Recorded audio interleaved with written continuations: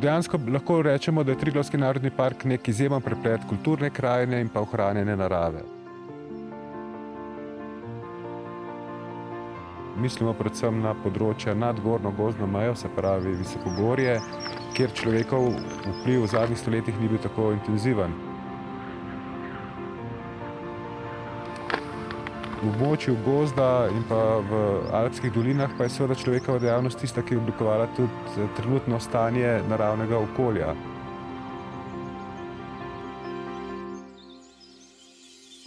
In zagotovo so vse dejavnosti, ki so prepoznane kot sprejemljive na področju ohranjanja narave, tudi tiste, pri katerih moramo najti neko srednjo pot.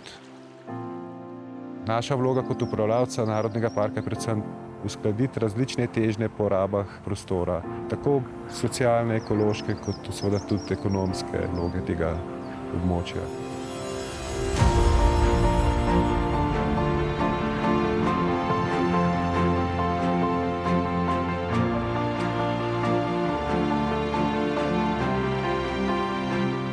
Zagotovo prve resne ideje o zavarovanju tega edinstvenega gorskega sveta segajo že v začetek 20. stoletja. Seveda pravi korak je bil storjen leta 1924 z ustanovitvijo Alpskega varstvenega parka, se pravi s podpisom pogodbe, kjer se je prvič zavarovala dolina Triglavskih jezer. Z letom 1961 pa je potem se prvič tudi pojavilo ime Triglavski narodni park kot zavarovano območje. Današnja velikost pa sega seveda v leto 1981 z ustanovitvijo tega velikega Triglavskega narodnega parka, kjer se je z letom 2010 samo še košček za nekaj 10 hektarov povečala površina.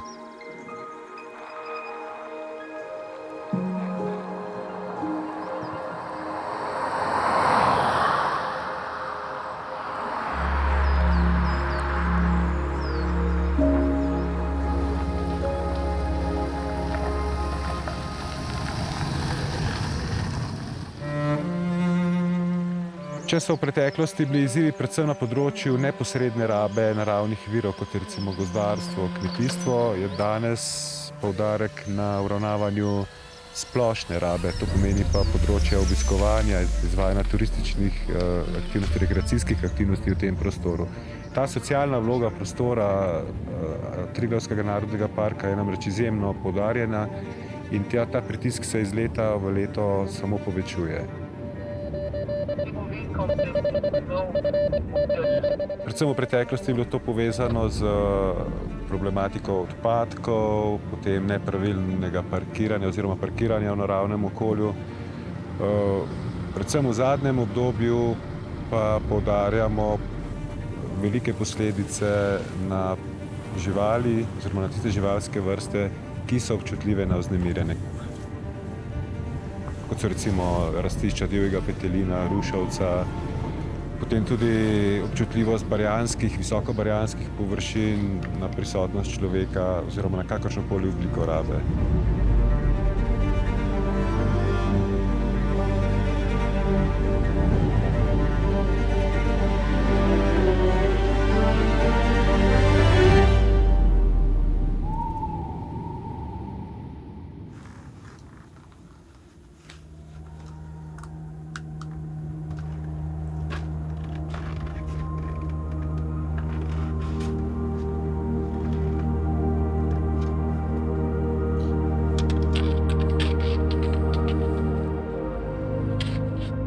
Vpliv človeka se kaže najbolj z njegovo stalno prisotnostjo. Se pravi, povsod smo razpršeni, zmanjkuje nam mirnih kotičkov, različne dejavnosti so povsod in treba se zavedati, da žival splaši prvi človek zjutraj. In če za njim pride še 100 ljudi ali pa nobeden, je ona splašena. In tukaj lahko res veliko naredimo, da tiste mirne predele prepustimo še naprej mirne.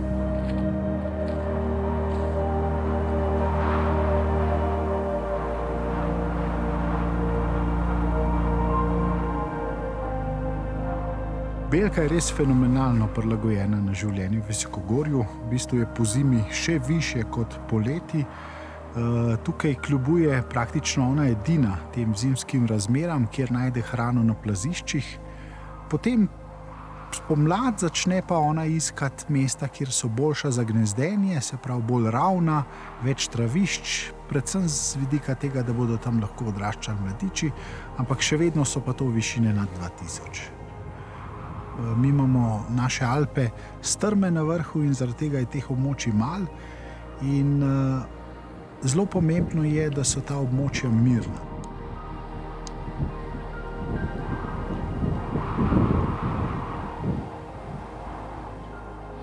Belka se pa sooča še z enim problemom. Ona začne gnezditi junija, ko so hribi popolnoma mirni, mladiči se zvalijo potem julija in zaradi tega lahko locira gnezda nekje, kjer bo kasneje, ko se bo zgodil naval s koncem šole, postal problem za gnezdenje. Zaradi tega se nam lahko zgodi, da gnezdo leži na obljudeni poti in potem tik preden se zvalijo mladiči propade.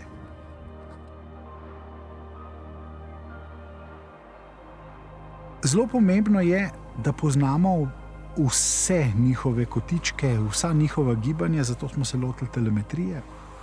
Telemetrija nam v bistvu pokaže ne samo mesta, kjer gnezdi, ampak mesta, kjer se giblje pozim, kjer se giblje jesen, sploh v času, ko je težje zaznavna.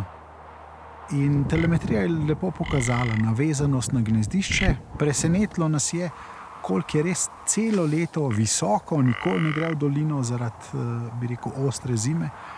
In ogromno smo se naučili in na ta način jo bomo bistveno lažje varovali. No in tukaj pri Belki se zelo lepo vidijo cilji projekta. Se pravi, po eni strani si želimo vrsto ohraniti, tukaj, po drugi strani se moramo pa naučiti sobivati z njo, če hočemo vrsto dolgoročno ohraniti.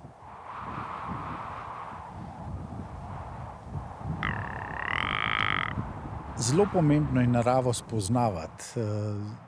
Spodbujam to in vedno je dobro. Zdaj, če mi hočemo naravo razumeti, rabimo izkušnjo. Če hočemo do nje gojiti neka čustva, rabimo izkušnjo. In več, ko imamo teh izkušenj, lažje nam bo uspelo. Zato sem jaz prepričan, da bo tukaj najlažje s tistimi povratniki, ki so vsak dan tukaj. Tisti bodo mirne cone zelo spoštovali. Verjetno bo najtežje z nekom, ki pride na vsakih 10 let v to krajino. Tudi taki so številčni, ampak z to izkušnjo jaz mislim, da nam bo ratalo.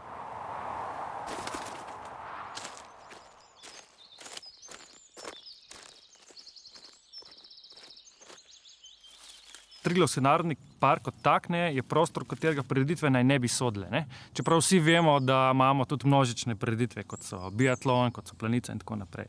Tako da mi kot organizatorji športnih prireditev v tem prostoru se ga probamo izogibati čim bolj. Probamo iti nekako na meje tega prostora. S tem, da včasih je pa nemogoče narediti, speljati tekmovanje, da je zanimivo, da se ga ne bi vsaj dotaknili oziroma prečili. In tlele mi iščemo konstantni dialog med nami in Triglavskim narodnim parkom, da poskušamo nekatere stvari, ki so smiselne, potem tam tudi speljati. Vsi vemo, da ljudje, ki bodo hodili v predprostor tega prostora, bo isto vstopilo v ta prostor. Tako da za nas je zelo pomembno to, da razmišljamo, kje tujce mi vabimo. Kdo so tisti ljudje, ki bo prišli v ta prostor. In če mi vemo, da ta prostor ne prenese nekega množičnega turizma in si želimo ljudi, ki imajo odnos do narave, potem je na nas kot organizatorjih potovanj ali pa prireditev konec koncev, da vabimo take ljudi, ki bo imeli nek zdrav odnos do te narave in spoštovali in se pravilno nekako gibali v tem prostoru. Za mene je najpomembnejše vprašanje, na katerega si moramo odgovoriti in na katerega moramo prvo imeti v mislih, je ljudje v Triglavskem narodnem parku. Kakršnakoli dejavnost imajo. Se pravi, oni morajo imeti možnost tlele preživeti in tudi normalno živeti. To bi bil prostor srečnih ljudi, kjer se ljudje ne bi odseljevali. Ta manjko teh ljudi se pač občuti. Kdo so pol tvoji sogovorniki, kdo so tisti, kateri ta prostor ustvarjajo? Mi da se zavedamo, da čeprav živimo v turizmu, je prva in najpomembnejša narava in ohranjanje tega okolja. In če so naši predniki lahko to ohranili za nas, zato da mi lahko to pokažemo obiskovalcem, da mi v tem uživamo, pa živimo tukaj, je number one, če lahko temu tako rečemo, to, da mi na nek način zaščitimo oziroma ohranimo naravo tudi za prihodnje generacije.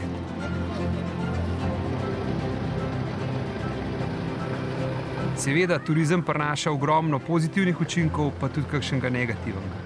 In tukaj je na vseh nas, da z nekim pametnimi pristopi, ukrepi in pa s tistim res zavedanjem, da ne bomo nad sabo v grob nesli, da nekako probamo razpršiti, razdeliti ali pa razporediti te naše obiskovalce in pa tudi našo ponudbo čez celo sezono, če je možen.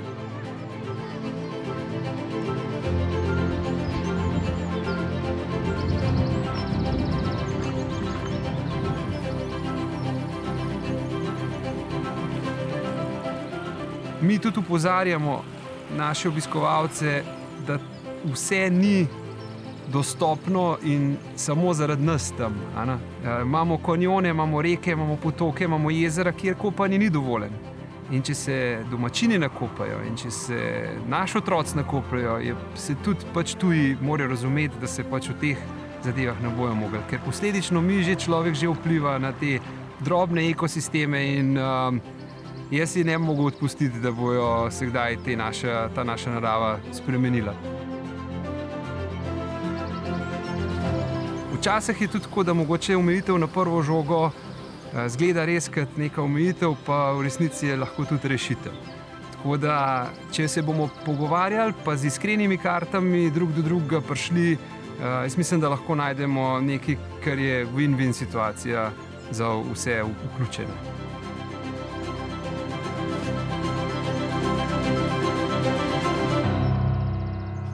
Mi domačini, ki že od rojstva praktično živimo v Bohinju, mogoče ne prepoznamo lepote Bohinja, kot jo prepozna nekdo drug, ki sem pride pogledat Bohinj. Je pa velik plus tega, da živimo v Bohinju, da imamo praktično veliko aktivnosti pred hišnim pragom. Sam sem del folklore praktično že od malih nog in takrat smo začeli tako, vsi so bili tam in smo bili tudi mi. Predvsem bi rekel, da je največja vrednost tukaj druženje, da v tem uživamo, hkrati pa še ohranjamo to ustno izročilo in predstavljamo, kako je bilo včasih tudi ostalim. Ja, mogoče res mi domačini, predvsem recimo Triglavski narodni park, mogoče prevečkrat vidimo, kaj je na ovira, kaj nas ovira pri raznih posegih v okolje, morebiti že pri sami obnovi stanu. Morebiti ne vidimo toliko te vrednosti na dolgi rok, zakaj sploh Triglavski narodni park je, da ima namen ohranjati to naravo tako, kot je. Kmetje in prebivalci tega območja, to so že vse skozi, tudi če ni bilo nobenega nadzora vsega, to je gospodarjenje bilo skozi pozitivno, a ne? Sicer problem recimo današnjih preko kot izboljšav kmetovanja in vsega, a ne, je tudi administracija, ki moramo te stvari spraviti tako rekoč vse na papir. Tudi vse te omejitve, ki so nas nadzorje, včasih teh ni bilo, preko pa je isto vse funkcioniralo, ker smo vaščani tega območja, smo sami zavestni to, da stvari držimo čim bolj v naravnih okvirih, da se to ne uničuje. To je naše okolje, to je naše življenje. Turisti prihajajo pa odhajajo, mi smo pa tukaj prebivalci vedno na tem prostoru in premalo je tega posluha, kaj mi predstavljamo v tem prostoru.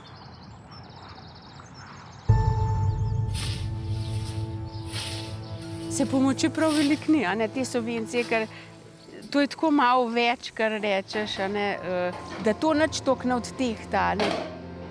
Mene predvsem ta papirologija, tega je noro, da te dovoljena vse dobiš skupaj. Za domačine jaz mislim, da bi mogli biti bolj enostaven to zrihtan. Da bi te tisto, kar imaš ti željo, da bi te v tem smislu malo podprli. Pa tudi magar denarno, da bi malo na to delali, da ostaneš tle, da vztrajaš, da imaš zaposlitev doma. Jaz rada tle živim, sploh ne pomislim, da bi nekam drugam šla živeti, ker no vem, meni je tle super. Je pa toliko več stroškov pa tega, moraš pa zato tudi več proizvesti, pa več narediti, da lahko vse to poplačaš. To moraš biti po domači buldožer, pa rint, da nekaj dosežeš. To moraš biti res trmast, kot Krucmanov vol, so včasih rekli. Noter in težje na noge. Po eni strani mi je fajn, da živim v parku in to je ena dodatna vrednost, absolutno. Bohinj je zelo lep, ampak dejstvo je to, da moramo ponuditi še nekaj več. Moramo še vseeno paziti naravo, jo zaščititi maksimalno. Bog ne da prišlo do prevelikega pozidavanja in tako naprej, da je kmetijstvo je v Bohinju, mora biti v ospredju, potem je turizem. Tega bi se mogli bolj zavedati. V bistvu mislim, da se večina zaveda tega, da je narava v Bohinju je praktično vse, kar imamo. In če tega ne bomo čuvali, pa res ne vem, pa nam še ostane. Jezer je bil letos nadpovprečno topu. To je že en podatek. In če bo šlo v tem trendu naprej, pa veš, kaj bo čez 20 let. Mogoče bo pa le na toplem lakuža, na koncu koncev. Upam, da ne, ampak bomo videli.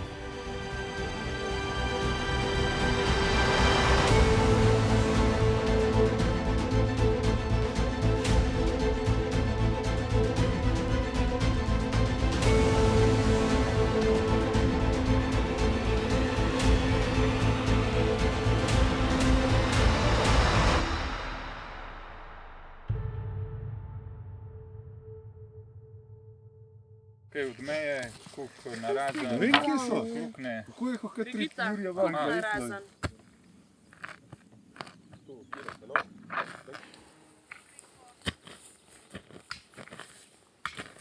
V 18. stoletju so za namene fužinarstva na Pokljuki posekali skoraj vsa odrasla bukova drevesa. Takrat so ugotovili, da takšen način gospodarjenja ne omogoča trajnih donosov in zato je bil že leta 1837 napisan prvi načrt za pokljuške gozdove.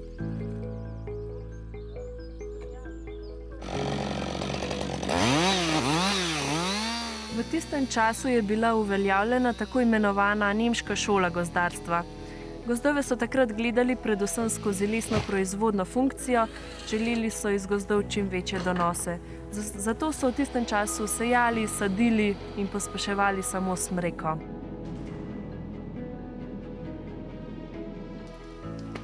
Ne moremo reči, da so takrat gozdarji naredili napako. Namreč danes lahko gledamo te lepe odrasle smrekove sestoje, vendar na drugi strani pa imamo tudi težave z njimi. Vsako leto nam ujme poškodujejo kakšnih 10-50 hektarov gozda, imamo težave z vetrolomi, snegolomi in zadnja leta tudi s podlubniki.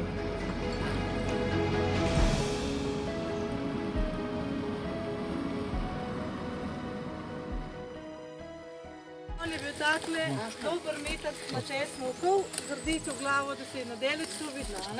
Zdaj pač pridemo gozdarji v gozd, vzamemo telefon ali pa GPS, pritisnemo in vemo, kje smo. Takrat tega ni bilo, imeli so pa karte, natančno, ročno zrisane od teh istih geodetov in na njih so bile oznake tudi teh mejnih kamnov.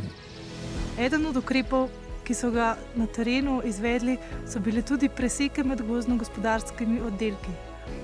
Te so prvič naredili na prelomu iz 19. v 20. stoletje. Te preseke so v naravi 4 do 8 metrski posekani pasovi, ki označujejo meje med oddelki. Na presekah so tudi kamni z oznakami, ki so enako označeni tudi na kartah. Nekoč so bile te preseke pomembne predvsem z gospodarskega vidika, danes pa so zelo pomembne kot habitat za divjega petelina in druge živali. Na teh presekah pogosto zraste borovnica, brusnica, brin in druga plodonosna zelišča in grmovje, kar izboljša pestrost habitata za divjega petelina.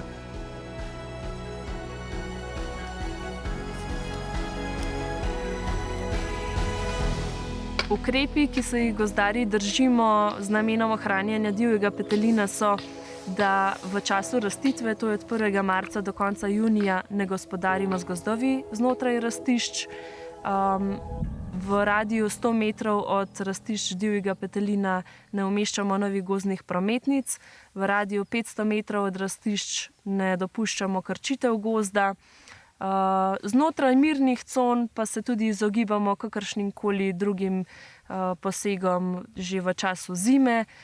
Znotraj mirnih con tudi ne pustimo pluženja gozdnih cest. Za divjega petelina tudi načrtno ohranjamo pevska drevesa v gozdu, sadimo in ohranjamo plodonosno drevje, ki je pomembno za prehrano divjega petelina.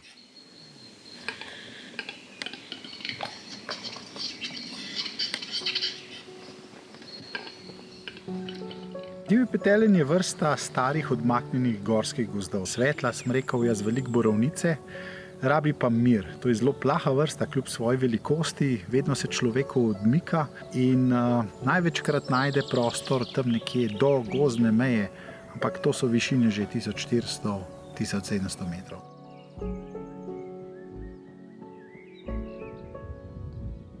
Mirna območja na Pokljuki so zasnovana na območju barij in pa rastišč divjega petelina.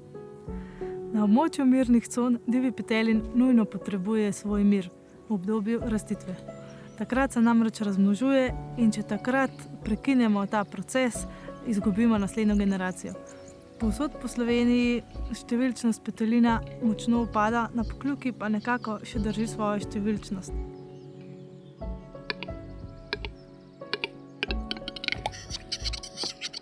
Petelin živi relativno na majhnem območju, 2-3 kvadratne kilometre, in če vemo, da je vpliv človeka več 100 metrov, 300 metrov, vidimo, da že, bi rekel, ena pot skozi to območje, ena prisotnost človeka veliko tega vzame. In tukaj je res pomembno, da mi ohranjamo majhne, skrite kotičke, ki so res popolnoma nedotaknjeni. Je pa pomembno to seveda v času parjenja, v času izleganja mladičev, pa tudi po zimi. Sploh zima je za koconoge kure problem za energijo. One jejo slabo kalorično hrano in imajo po zimi manjka energije. In trošenje energije s plašenjem je lahko za njih velik problem. Ljudje znamo petelina poslušati samo spomladi, ko poje, seveda. Telemetrija nam pa omogoča, da celo leto spremljamo, kje je, in odkrijemo tudi tiste skrite kotičke skozi leto, skozi zimo, ki je zelo pomembno, da jih zavarujemo, pa jih do zdaj nismo znali izrisati. In če si predstavljate, telemetrija izriše najbolj priljubljena mesta, kamor petelin zahaja, in v ta se bomo osredotočili z mirnimi conami. Bomo pa seveda imeli opravka s človeškim egom. Ljudje si vedno želimo iti tudi mi v mirna območja. Se moramo pa zavedati, da s tem, ko smo mi dosegli mir, vnašamo nemir nekje, kjer nas prej ni bilo. Zagotovo je bil človek prvi pokazatelj, da so se naše visokogorje, naši gozdovi začeli polniti z ljudmi, ker planinci, izletniki in vsi ugotavljajo tega miru, ki bi včasih v hribih danes ni več. In to se seveda prenaša in nekatere vrste niso vse občutljive, ampak nekatere vrste imajo z mirom velik problem.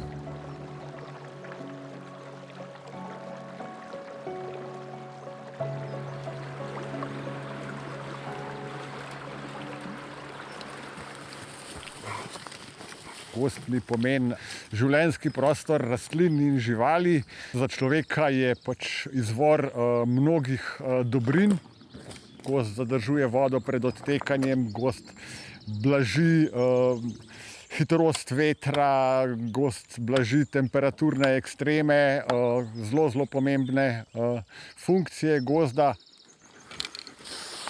Pri svojem delu, pri izbiri dreves za posek, lahko izbiram drevesa pri rednem gospodarjenju, ker z posekom poskušam pomagati nekaterim drugim drevesom, lahko pa odkrijem neka bolna drevesa, kakorkoli poškodovana drevesa, ki jih je pa z gozda treba odstraniti zaradi sanitarnih razlogov. Pomemben del gozda je tudi odmrla lesna masa. V naravnem gozdu jo je skoraj polovica, v gospodarskem gozdu si takega procenta ne moremo privoščiti, ampak želimo si pa povečati delež odmrlih dreves, tako da bi tudi s pomočjo odmrlih dreves povečali vrstno pestrost v gozdu. Odmrla drevesa so zelo pomembna v prvi vrsti za ptice, v odmrlih drevesih gnezdijo, lahko tudi najdejo v odmrlih drevesih nekaj hrane. Poleg ptic naseljujejo odmrla drevesa tudi mnoge žuželke, mnoge glive, omeniti je potrebno tudi netopirje. In s krepitvijo števila različnih živalskih vrst pravzaprav krepimo imunski sistem gozda.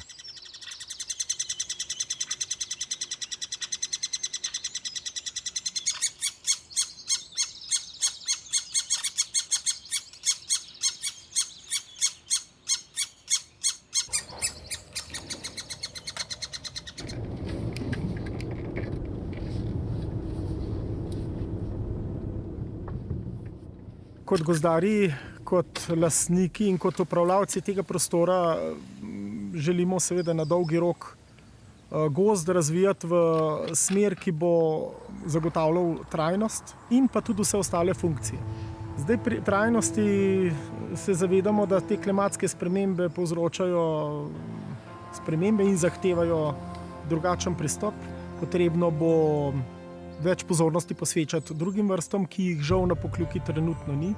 To sta predvsem buko in pa jelka.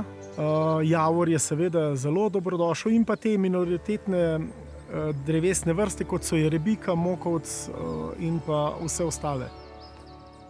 In zato smo bili zelo veseli enega takega praktičnega projekta, kakršen je Vrh Julijcev.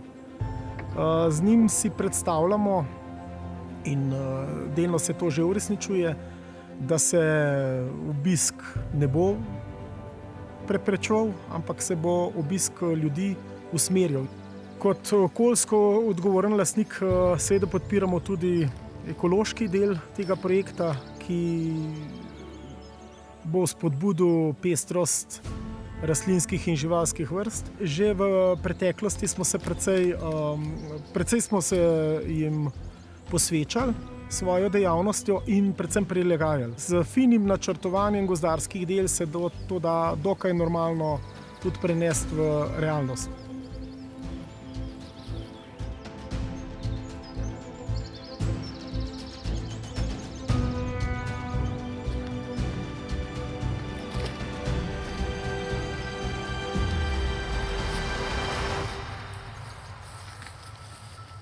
Pri načrtovanju gozdov za naprej se vedno oziramo na 150-200 let naprej. Danes je v lesni zalogi 96% smreke, mi pa bi radi sadno vnesli še druge drevesne vrste, poleg tega pa bi radi vertikalno razgibali te sestoje. Tako da na dolgi rok pravzaprav lahko pričakujemo, kljub temu, da si ne želimo, da bomo raven te ključne vrste, ki jih zdaj varujemo, izgubili. Spremembe pa vsekakor neizogibne. Želimo si pa gozdove z več listavci, z bolj pestro vrstno sestavo, tako rastlinskih kot živalskih vrst. Osebno kot gozdar in kot upravitelj teh gozdov si želim dosledno spoštovanje gozda kot takega, ob tem, da lahko ponuja vse ostale stvari, ki jih ljudje pričakujejo od tega. Na ta način jaz smatram, da sobivanje je sigurno možno, ampak seveda pa ob doslednem spoštovanju narave, gozda in pa vsega ostalega, ki nam je dano pač samo v začasno uporabo.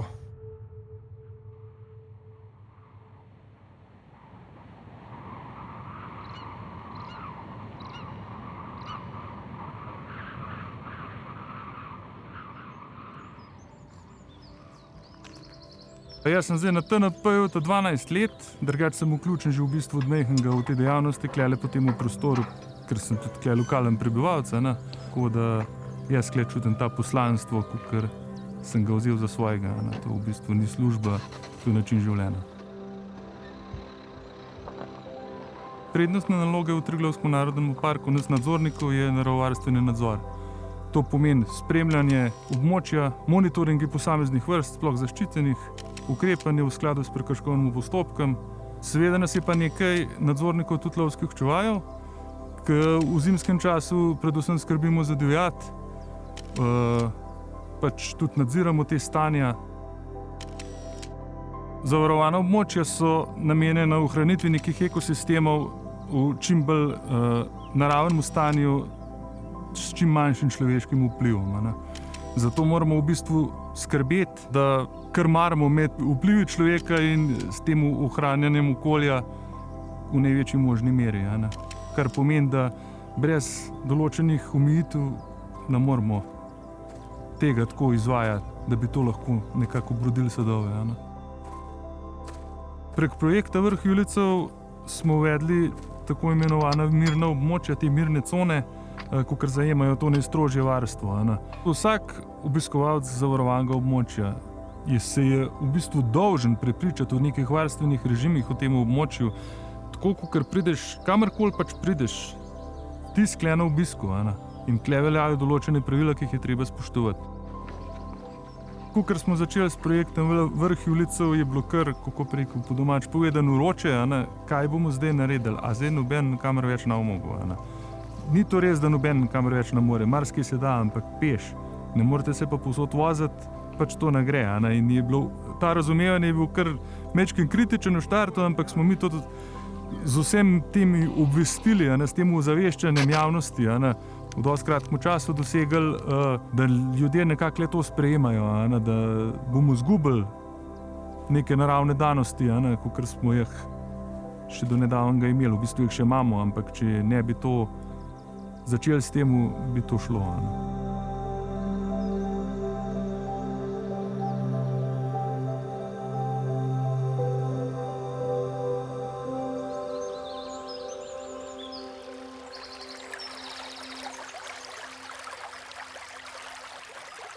Poslanstvo markacista vidim predvsem v tem, da poskrbimo za varnost ljudi, varnost pohodnikov, ter seveda tudi za samo naravo. Vse prevečkrat vidimo prevelik vpliv človeštva, pohodnikov na naravo. Nekateri v zadnjih časih niso več tako vzgojeni, kot so bili mogoče pred časom. Uporabljajo neke bližnjice, se poslužujejo nenadelanih poti, vse to pa moramo vedeti, da povzroča negativne efekte, kot so erozija, hkrati pa tudi njih pelje lahko v kakšno nevarnost. Tudi tu za mano na Studerskem prevalu je eden izmed žalostnih primerov, ampak definitivno je mogoče ljudi z neko konkretno nadelavo in v osnovi tudi pravilno označitvijo, jih je mogoče usmeriti na eno pot. V preteklosti so že potekale številne akcije, kot je recimo iz doline v gore. Tudi v letošnjem letu je na Planinski zvezi velik poudarek zopet na tem, da ljudi usmerimo nekako iz izhodišč v gore. Se pravi, mogoče od zadnje železniške postaje, zadnje avtobusne postaje oziroma lokalne infrastrukture, da se ne podajajo več v hribe do zadnje možne dovozne točke in potem hitro skočijo na vrh. Definitivno je želja, ko govorimo mogoče o Triglavskem narodnem parku, da ostane takšen, kot je bil pred 100 leti, brez nekšnih velikih vplivov, čemer smo priča dan danes, ko se v Julijske Alpe, v TNP valijo množice trume turistov. Mogoče je tudi nek cilj, želja, da te ljudi usmerimo v Sredogorje. Tudi tam je narava prečudovita, ni potrebe, da hrepenimo vsi po nekih 2000-akih, ampak da gremo v naravo, da uživamo v naravi.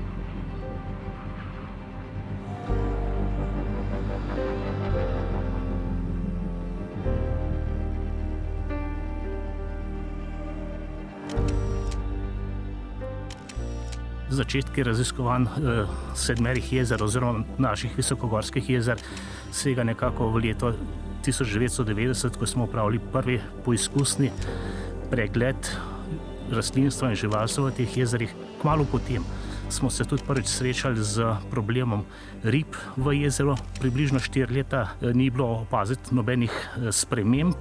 No, in ko so se te ribje mladice prvič začele drstiti, so pa seveda zaradi številčnosti močno vplivale na sestavo živalstva in izkazalo se je, da je živalstvo pravzaprav tisti ključ, ki tudi vzdržuje kvaliteto vode v teh jezerih.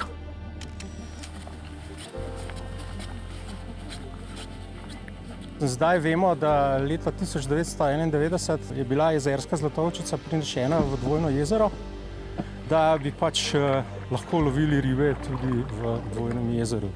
Noben se ni verjetno takrat niti zavedal, kakšne dolgoročne posledice bo to pač prineslo.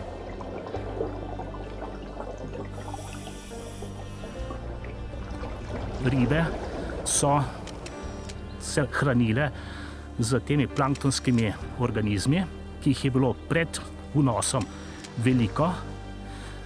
Po letu 95-96 je pa njihovo število začelo zelo strmo upadati in tam leta 98 praktično ni bilo več planktonskih organizmov, ni bilo več ličink žuželk na dnu. Vloga teh organizmov je pa ta, da so se pasle po algah, ki so rasle na dnu jezera. In s tem so pravzaprav vzdrževale kvalitetno vodo. Ko pa so seveda te živali bile odstranjene s strani rib, so se pa začele razmnoževati alge in to je pravzaprav bil začetek tega slabe situacije.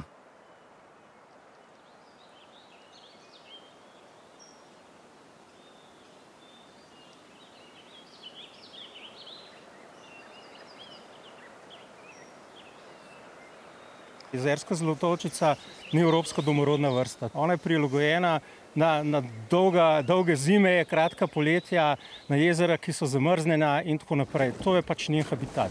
Populacija je rasla in tam leta 2000 so že vsi bili platvo zvona, ker je pač določene vrste so praktično zginile planktonske iz jezera po podatkih NIBA, ki je delal monitoring. Po drugi strani se je pa začela razrast alg, se je začela pač te alge dvigovati na površino, veter jih nanaša na obalo in te stvari.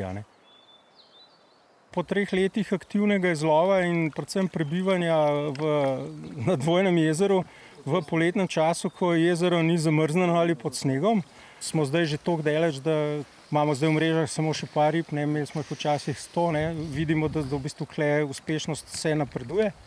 Med samim tem izlovom rib smo pač tudi spremljali, kaj se dogaja s samim jezerom in ugotavljali, da se pač s tem jezerom nekaj dogaja, nekaj, kar verjetno ni direktno z ribami povezano, čisto enostavno in da pač tukaj je najbližja stvar, ki je jezeru v bližini, je Koča. In Koča z 200 ležišči, z čistilno napravo in iztokom. In pred 2 leti so bili pač tudi uradno narejeni pač sledilni poskusi in je bilo dognano, da pač iz čistilne naprave, iz iztoka, v zelo kratkem času pač ta iztok se je pojavil v samem jezeru. V preteklosti je bilo število obiskovalcev v Koči in pa tudi ob jezeru precej manjše. V zadnjih letih se je ta naval močno povečal. Tako da seveda tudi učinkovitost čistilne naprave, s katero naj bi reševali tudi ta problem jezera, je verjetno že na meji zmogljivosti.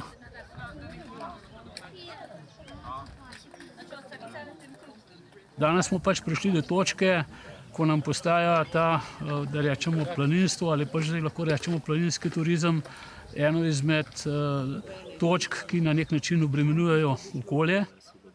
Koče, kljub temu, da so opremljene s čistilnimi napravami in tako dalje, ne moremo reči, da nimajo nobenega vpliva na okolje. In seveda se trudimo z različnimi možnostmi, kako ta vpliv zmanjšati.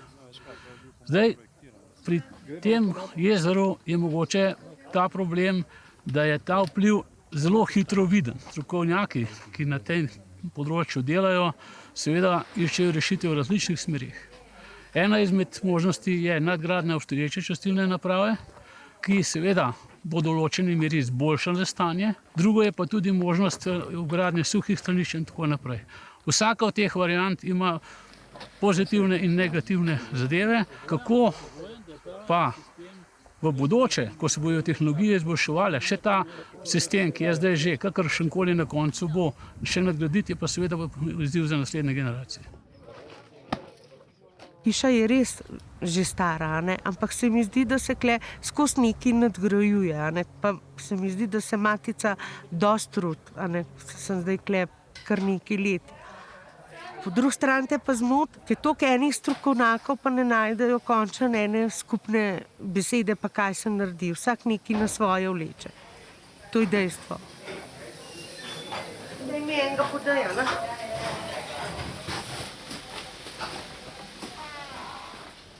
Mogoče se je spremenilo to, da včasih je bilo vse malo bolj preprosto. Recimo smo imeli 3 jedi, pa so bili ljudje čisto zadovoljni. Zdaj se pa to, vsak let se nekaj nadgrajuje. Drugače, da bi se pa tako kaj spremenili, se mi pa zdi, da se ni. Ja, mogoče to edino, da je zdaj veliko več tujcev, kot jih je bilo 10 let nazaj. Sami ljudje, da bi se tako nekako spremenili, se niso. Eni so ful fajni, v redu, ki pridejo z dobro energijo gor, pa pridejo zato, da uživajo. Tisti, pa pride že slabe vole gor, pa itak najde kakšne napake.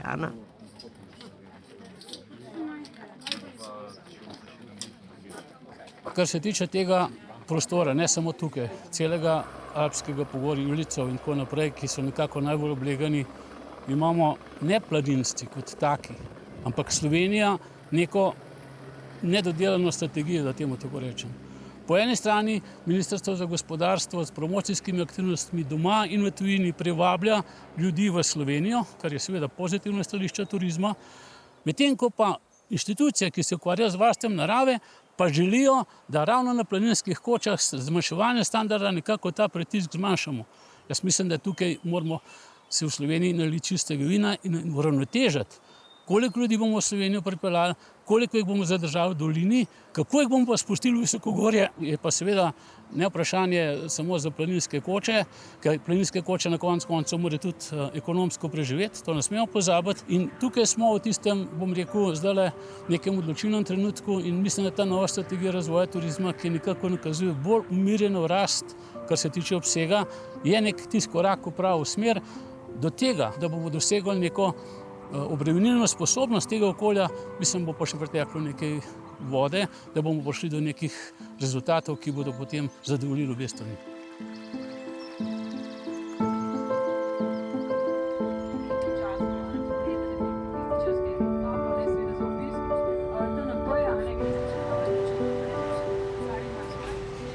Varovanje gorske narave v okviru Planinske zveze Slovenije seže že daleč v zgodovino. Zgodovinski naziv, pa seveda tudi prva usposabljanja znotraj Planinske zveze Slovenije so bili tečaji za gorske stražarje, ki so se pa potem v začetku 2000-2001 recimo, potem pa spremenili, recimo boljše poglobili na tečajih za varuhe gorske narave. Ne, nič nobe, ne. Imamo razložiti. Njihovo poslanstvo je predvsem to, da sami prepoznajo, prvič, da sami se znajo primerno obnašati v gorskih območjih, hkrati pa svoje znanja prenašajo naprej. Naravo imam zelo rad, tako da jo srkam v različnih elementih. Vsi ti različni naši sistemi življenjskega prostora so zelo lepi, zato si pa tudi želim, da bi se narava v neki meri ohranila tudi za zanamce.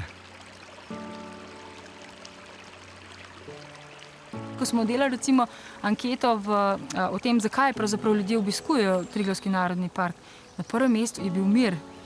In tega, če vidimo, kaj se dogaja po Triglavskem narodnem parku, na velikih območjih več ni.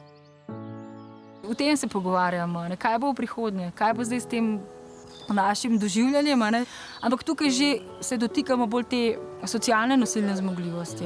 Ne toliko narava se že upomore nekako, pač vseeno moramo biti zelo previdni. Ampak tudi to, kako so relacije med nami, kaj počnemo, koliko smo drug do drugega tudi obzirni, ne nazadnje, to je pa tisto ključno, kar se tudi nekaj pač jaz želim osebno, da odnesejo torej tudi od tega tečaja.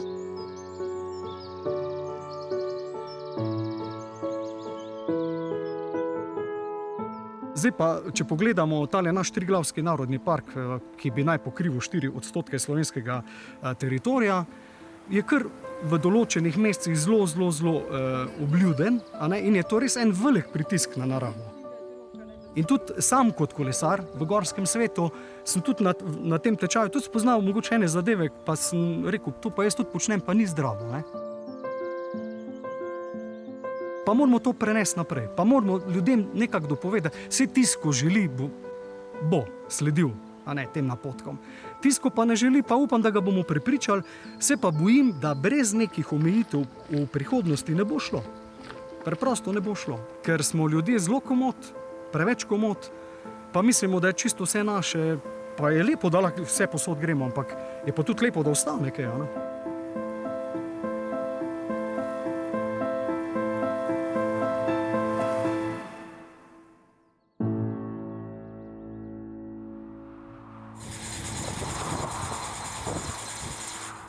Jaz sem izredno zadovoljen, da pač živim v tem okolju in je velika odgovornost mene, da probamo ta okolje ohraniti tak, kot so nam ga dali, te, ki so nam ga pač dejansko pustili. In tudi pravilno je, da v bistvu Triglavski narodni park ima ta pravila, ki so lahko tudi za nekatere zelo restriktivna, ampak na drugačne načine že to ne gre. Dejstvo pa je, da se je pač svetovna populacija povečala, outdoor aktivnosti so se zelo razmahale, svoje so naredili socialna omrežja, posledično so pač ti pritiski na tukaj, če se pogleda Triglavsko pogorje, nenormalni. Predvsem moramo biti mi vzgled in tukaj doma in kamorkoli gremo drugam. Pač tudi če gremo drugam, je pač stvar taka, da se moramo podrediti tem pravilom najbrž z enim razlogom. Tukaj potem ta pravila spoštujejo in kaj jih bomo spoštovali, bo pa lahko okolje ostalo še naprej tako, kot je. Z neko veliko mero ozaveščanja, tako parka, planinske zveze, nas vodnikov, ostalih agencij in tako naprej, lahko pripomore k temu, da stanje ohranja ali pa se celo lahko izboljšuje. Po drugi strani pa tudi dejstvo, da nekomu procentnemu številu ljudi pač na žalost ni pomoči, ni druge kot pa neka represija, ki se jo pač vsi najtežje poslužujejo, ampak žal drugače ne gre. Ko je potovanje osnovano v neki glavi človeka, je v bistvu pomembno tudi to, da ve, kam gre, prebere tudi neka lokalna pravila. Če ima recimo, gorski vodnik lahko 4 osebe vod na Triglav, jih več kot pač 4 ne sme vzeti. Seveda mora biti neko sobivanje med tem, da pač recimo, gorski vodnik ali pa agencija lahko preživi, po drugi strani pa se pač treba na ta način omejevati, da z nekim prevelikim številom ljudi ne obremenjuje v bistvu okolje. In a si ljudje znamo sam sebi postaviti neke meje pa reči, ok, mogoče pa tega ne bom videl prav zaradi tega, da ne bom, še jaz dodatno obremenil tisto točko, ki je že itak preobremenjena.